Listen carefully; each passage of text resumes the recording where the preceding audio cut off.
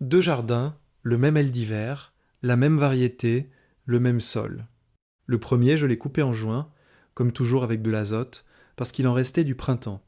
Le second, seulement avec du sulfate de potassium et de la cendre. À la récolte, j'ai pesé les bulbes. Premier jardin, bulbe moyen 47 G, deuxième 81 G. Le même sol, la même année, la même main qui les a plantés. Différence 40 G sur un seul bulbe. Dans un jardin de 10 square meters, cela signifie presque 1 kg d'ail en plus par mètre carré. Pendant des années, j'ai pensé que c'était une question de variété, de sol ou de chance. Il s'avère que c'était une question d'un seul engrais mis au mauvais moment. Et il y a une autre chose dont presque personne ne parle, et qui détermine si ton aile tiendra jusqu'en mars ou commencera à se décomposer avant les fêtes. Ce n'est pas une question de stockage. Tout se passe encore au jardin. Cela reste en fin de compte. Des choses dont je sais qu'elles sont importantes, mais qui disparaissent des manuels, parce que personne ne les demande, j'en ai davantage ici. Si vous voulez les recevoir, avant que ce ne soit trop tard dans la saison, cliquez sur s'abonner. Le bouton est ci-dessous. Mi-juin. Tu sors le matin, l'ail est dressé, les feuilles sont vertes foncées, saines, rien ne se passe. Tu peux le laisser comme ça. C'est ce que pense la majorité. Et c'est exactement pour cela que la majorité revient avec la moitié de ce qu'elle pourrait récolter. Commençons par ce qui se passe sous le sol, car c'est là que toute l'histoire se joue maintenant. L'ail en juin est dans une phase dont les manuels écrivent peu ou écrivent en général. Cela s'appelle la formation du bulbe, et cela semble innocent, mais en pratique, cela signifie quelque chose de très concret. La plante a traversé mars et avril. Les feuilles étaient tout. Elles produisaient des sucres, des acides aminés, des substances de réserve. Plus la feuille est épaisse, plus elle est foncée, plus elle est large, plus elle a produit.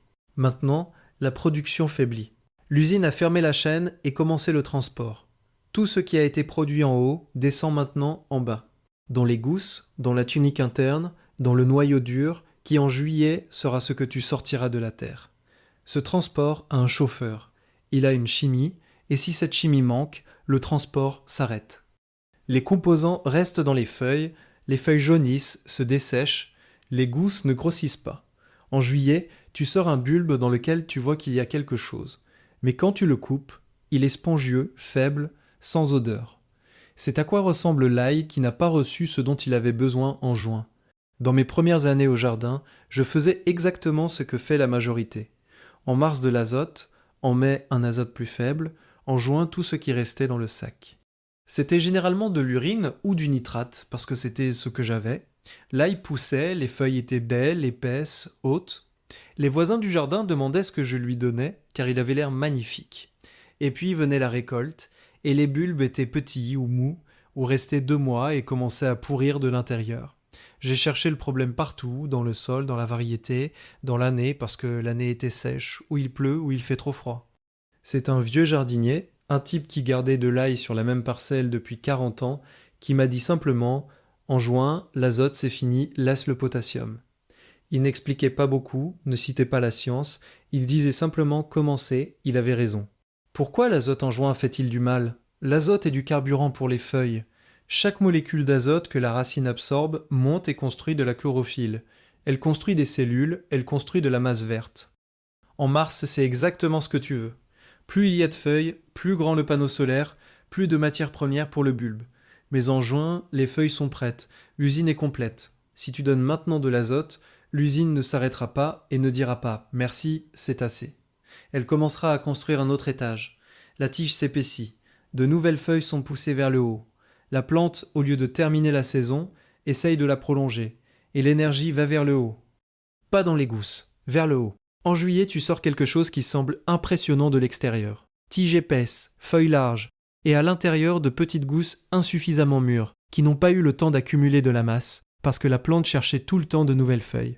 J'ai fait cela plusieurs saisons de suite. Les résultats ont été constamment mauvais. 3 composants, exactement 3. Potassium, phosphore, soufre. Mémorise-les dans cet ordre, car ils ont des poids différents.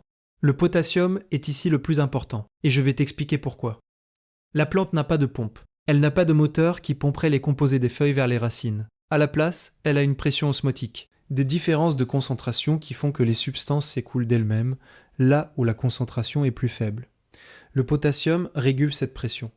Au bon niveau, le gradient est correct. Les sucres des feuilles s'écoulent dans les gousses car c'est plus vide là-bas. Le processus fonctionne.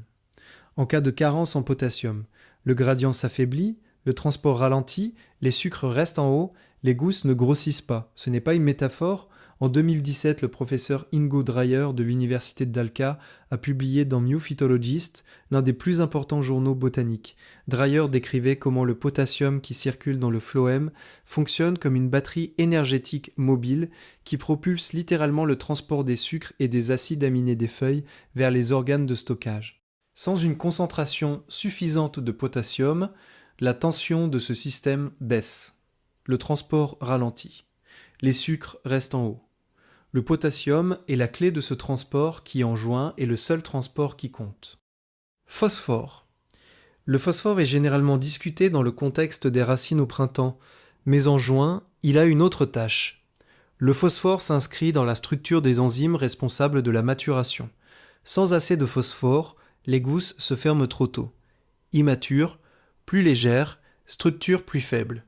Dit plus clairement, le phosphore détermine si le bulbe atteint son maximum ou s'arrête à 5 cm de la ligne d'arrivée. Et il y a un autre mécanisme qui est rarement décrit. La racine de l'ail en juin absorbe toujours activement. Pas aussi intensément qu'en mai, mais elle travaille. Le phosphore renforce ce travail final de la racine, et c'est exactement pour cela que les 2 dernières semaines avant la récolte peuvent vraiment changer le poids du bulbe. Et maintenant le soufre. Et c'est là qu'une histoire commence que peu racontent jusqu'au bout. L'ail a le goût de l'ail parce qu'il contient de l'allicine et toute une série de composés apparentés. Ajoène, sulfure vinylique, di- et trisulfide, dérivés aliphatiques du soufre. Tous ces composés ont un élément en commun, le soufre. Sans soufre, pas d'allicine. Sans allicine, pas de goût, pas d'arôme, pas de puissance. Pas non plus les propriétés pour lesquelles l'ail a été apprécié, avant que quelqu'un ne sache ce qu'est la biochimie. En 2022, l'équipe de Ben Way de l'Université du Queensland a publié dans la revue Plante une étude dans laquelle ils testaient 6 doses différentes de soufre sur l'ail variété Glen Large, de 0 à 150 kg par hectare. Résultat, les plus gros bulbes et la teneur en allicine la plus élevée sont apparus à une dose de 75 kg de soufre par hectare. À dose 0 de soufre, la masse du bulbe était la plus faible. L'allicine n'existait pratiquement pas. Si le soufre du sol est épuisé, l'ail poussera. Il aura l'air normal, il aura la bonne forme et la bonne taille, mais il sera sans goût. Faible odeur, presque rien. C'est exactement à quoi ressemble et à quoi goûte l'ail du magasin. Grand, beau, d'une plantation loin sur un sol dont le soufre a été lessivé pendant des années. Ton aile maison devrait être différent. Il devrait sentir si fort que quand tu coupes une seule gousse dans la soupe, toute la cuisine le sait au bout de 15 minutes. Le soufre en juin est cette partie dont dépend exactement cela. Je fais des vidéos ici où j'essaie d'expliquer pourquoi, pas seulement quoi faire. Si cela a de la valeur pour vous, le bouton d'abonnement est ci-dessous. Et maintenant, nous retournons au jardin. Avant de prendre la houe, une tâche que beaucoup omettent. Regarde les sommets des tiges, tu cherches quelque chose de spécifique. Un bouton spiral qui sort du sommet. C'est la flèche florale. L'ail d'hiver, et la plupart des jardiniers français plantent exactement de l'ail d'hiver. Des variétés comme Carpati, Valentin, Banatule, il produit ce bouton comme faisant partie du cycle naturel. La plante se prépare à se reproduire par des bulbilles aériens. D'un point de vue biologique, cela a du sens. Pour toi, non. La flèche consomme l'énergie. Elle grandit vite. Elle construit une inflorescence. Elle accumule des substances de réserve dans les bulbilles. Chaque kilocalorie qui va à la flèche ne va pas au bulbe. Casse-la ou coupe-la avec un couteau descendu à la base de la feuille. Mieux quand la flèche est encore spirale, avant qu'elle ne s'étire. Alors la plante reçoit un signal clair. Construis un bulbe, pas des graines. Tu n'as pas à avoir honte. Les boutons floraux sont comestibles, parfaits à la poêle avec du beurre et du sel. Beaucoup de familles françaises font exactement cela, mais les enlèvent du jardin. Bon, là où? Première question. Quand? Parce que le moment de la journée compte. Arrosage le matin ou le soir, pas à midi. À midi, le sol est chaud. La solution d'engrais à la surface s'évapore avant de pénétrer. L'azote comme gaz s'échappe dans l'atmosphère. Le potassium n'a pas un si grand problème, mais tu perds quand même en efficacité. Le matin ou le soir, tout rentre. Deuxième question, dans quel ordre? D'abord de l'eau propre. Arrose le jardin avec de l'eau propre jusqu'à un bon mouillage. Attends 1 heure, 2. Le sol doit être humide, pas détrempé. Seulement alors la solution d'engrais. Si tu verses du concentré dans un sol sec, tu crées une salinité locale. la pression osmotique autour des racines augmente. La racine, au lieu de prendre de l'eau et décomposer, commence à les donner au sol. Cela s'appelle la sécheresse physiologique. Et cela se produit même dans un sol humide, si la concentration de sel est trop élevée. J'ai vu des jardins où le propriétaire était convaincu que l'ail avait une sécheresse, et arrosait, tandis que la plante restait suspendue. Le problème n'était pas l'eau, le problème était l'engrais versé dans un sol sec 2 semaines auparavant. Toujours d'abord l'eau, puis l'engrais. Le meilleur engrais pour la coupe de juin, sulfate de potassium, granule blanc ou gris clair, tu le trouveras dans tout magasin de jardinage. Prix raisonnable, l'emballage dure plusieurs saisons. Dose: une cuillère à soupe par 10 litres d'eau, pas deux, une.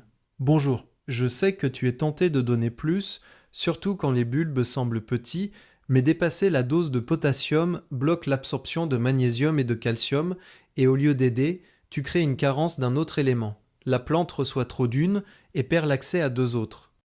Les fabricants de sulfate de potassium dans leurs matériaux techniques définissent la concentration optimale pour les légumes lors d'une application systématique, et cette cuillère par 10 litres se situe exactement dans cette gamme. Cela n'a pas de sens d'expérimenter avec des doses plus élevées. La concentration testée fonctionne. Le deuxième produit qui t'est utile au placard, monophosphite de potassium. Si le sulfate de potassium te donne du potassium et du soufre, le monophosphite te donne du potassium et du phosphore.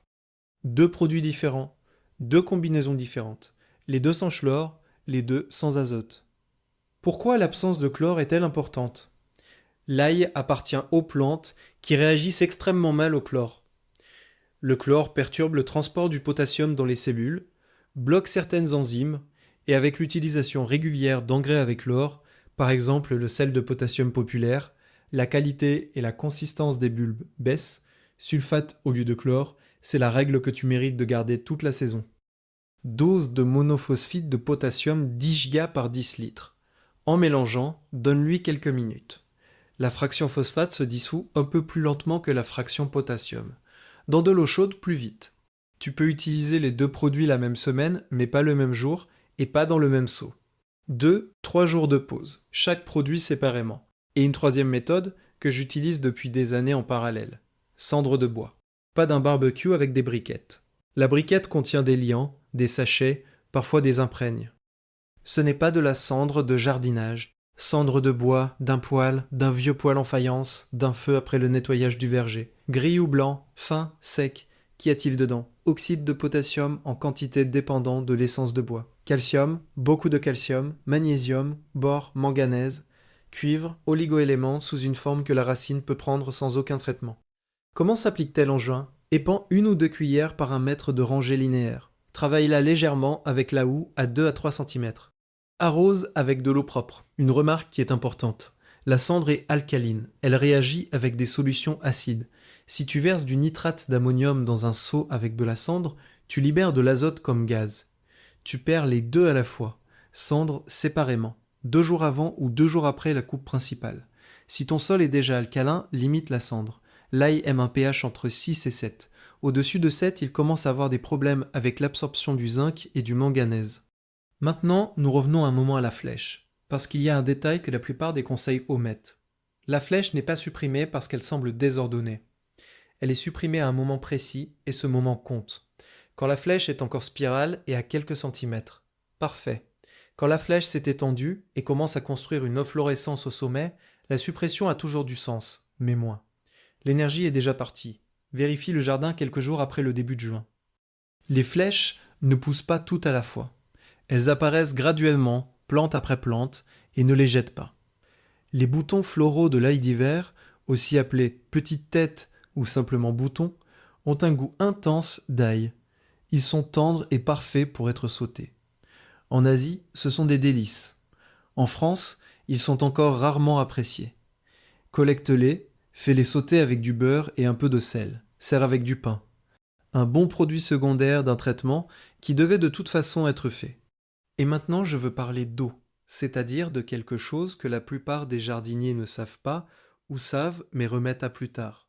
La première moitié de juin est la période où l'ail a vraiment besoin d'un arrosage régulier. Agroprof, publication spécialisée polonaise, qui revient régulièrement aux matériaux de l'Institut d'horticulture de Skierniewice, décrit cette période clairement. Mai et juin est le moment de la construction intense du bulbe et le manque d'eau ces semaines s'étend directement à la masse finale de la récolte. Les cellules se divisent. Sans eau, le processus ralentit ou s'arrête. La sécheresse en juin, avant la formation du bulbe, est quelque chose dont tu ne peux pas te passer sans perte. Mais 2 semaines avant la récolte prévue, arrête l'arrosage. Pas moins, arrête. Pourquoi est-ce important ? L'ail récolté dans un sol mouillé a des substances sèches diluées dans les gousses. La tunique est molle, sensible aux champignons, sèche difficilement. Un tel ail se conserve 2 mois au mieux. Ensuite, il commence à pourrir de l'intérieur, à pourrir par le bas ou à se dessécher par l'extérieur avant que la tunique ne se ferme bien. L'ail récolté après 2 semaines sans eau a des substances sèches concentrées, une croûte dure, une peau qui au séchage se referme serrée. Un tel ail se conserve jusqu'en mars. Une décision. Tu coupes l'eau au bon moment et tu as de l'ail d'hiver jusqu'en mars au lieu de jusqu'à la fin de l'année. Quand couper l'eau ? À peu près quand tu commences à voir que les feuilles du bas jaunissent. Ce n'est pas une maladie, c'est de la physiologie. Si vous n'êtes pas abonné, avant de passer à la dernière partie, le bouton d'abonnement est ci-dessous. Ce qui suit concerne quelque chose dont on ne parle pas lors de la fertilisation et qui annule tout ce travail. Pendant des années, j'ai pensé que l'ail de bonne qualité était une question de variété et de sol, que si tu donnais à l'ail un bon sol et n'oubliais pas de l'arroser, le reste se faisait seul. Juin m'a appris autrement. Le problème n'est pas dans le sol, ce n'est pas dans la variété. C'est dans le fait que la plupart des conseils de jardinage traitent toute la saison comme un flux continu. Plantes, nourris, récoltes, sans distinction de phase, qui ont des besoins chimiques complètement différents. L'ail en juin n'est pas une prolongation de l'ail de mars, c'est une autre phase de la même plante. Et ces 2 phases ont besoin de choses différentes. Tant que tu leur donnes la même chose, tant que ton ail sera correct, mais ne sera pas cet ail qui pourrait être. Une différence de 40 grammes sur un bulbe, avec 200 plantes au jardin signifie 8 kg de plus ou de moins de la même parcelle de sol. Ce n'est pas une théorie. C'est un jardin validé par des années d'expérience de jardinage. Et la seule différence est l'engrais mis au bon moment. Écrivez dans les commentaires combien pesait le plus gros bulbe de ton jardin cette année et ce que tu as donné en juin. Je suis curieux de savoir comment cela se présente dans vos jardins. Je lis chaque commentaire. Si de telles conversations ont du sens pour vous, restez avec nous.